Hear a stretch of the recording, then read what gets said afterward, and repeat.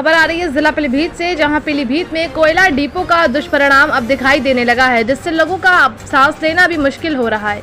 अब लोग विरोध में क्रमिक अनशन पर बैठ गए हैं और कोयला डिपो हटाए जाने की मांग कर रहे हैं।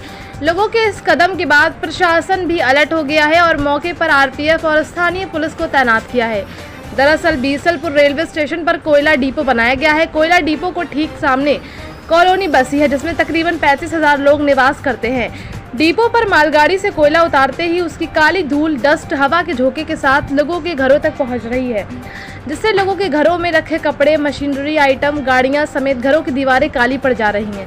साथ ही लोगों का खाना बनाना और खाना भी मुश्किल हो रहा है, क्योंकि खाना बनाते ही उसमें कोयले की राख घुल जा रही है और लोग अब एक टाइम का खाना ही खा पा रहे हैं। यही नहीं, कोयले की राख से लोगों के स्वास्थ्य पर भी बुरा असर पड़ रहा है और लोग अस्थमा जैसी गंभीर बीमारियों के शिकार हो रहे हैं। कोयला डिपो हटाने को लेकर मोहल्ले के लोग मंत्री, सांसद से लेकर आला अधिकारियों से शिकायत कर चुके हैं, लेकिन समस्या जस की तस बनी है। अब लोग डिपो के सामने ही धरने पर बैठ गए हैं और कोयला डिपो हटाने की मांग को लेकर जिद पर अड़े हैं। लोगों का कहना है कि जब तक डिपो नहीं हटेगा तब तक क्रमिक अनशन जारी रहेगा। अगर मालगाड़ी से डंफरों में कोयला लादा जाएगा तो डंफरों को डिपो से बाहर नहीं निकालने दिया जाएगा। देखिए पूरी report good fast news channel से मंडल ब्यूरो चीफ करणदेव शर्मा के साथ।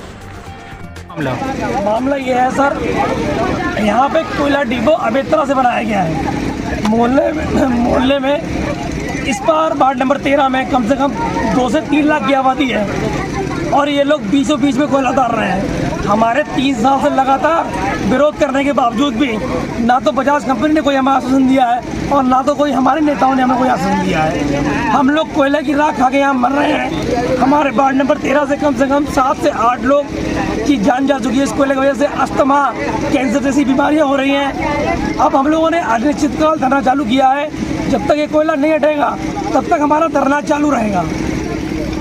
अरे आपने प्रशासन को एक चेतावनी भी दी है? हाँ जी, प्रशासन को अपने ज्ञापन पत्र दिया है, एजेंडा को ज्ञापन पत्र दिया है अपना कि हमारा धरना अनिश्चितकाल तक चलेगा।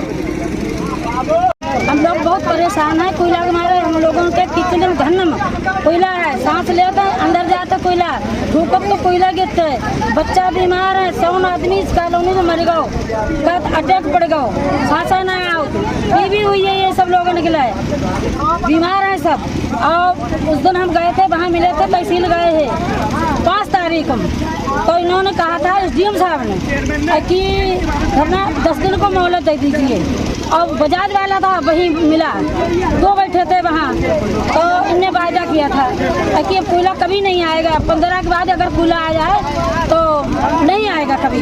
बजाज वालों ने कहा, SDM साहब ने कहा, चेयरमैन जी थे वहाँ, निक्की जी ये भी वहाँ थे, लेकिन कोयला आने लगा। हम लोग बहुत परेशान हैं और जो कोयला बंद नहीं होता और रात में गिराते हैं, कि मुझे अपने लिखित दिखाएं कि किस आदेश में कोयला जबरदस्ती रात में गिराते हैं। अब बताओ हम लोग कैसे जिए? पूर्वाई चलती है तो पश्चिम के लिए जाता है कोयला, और पछुआ चलता है तो इधर इस कॉलोनी में आता है, तो इधर के भी बहुत लोग खत्म हो गए और हमारी कॉलोनी को उधर पश्चिम ओरी के लाइन के 100 आदमी खत्म हो गया है।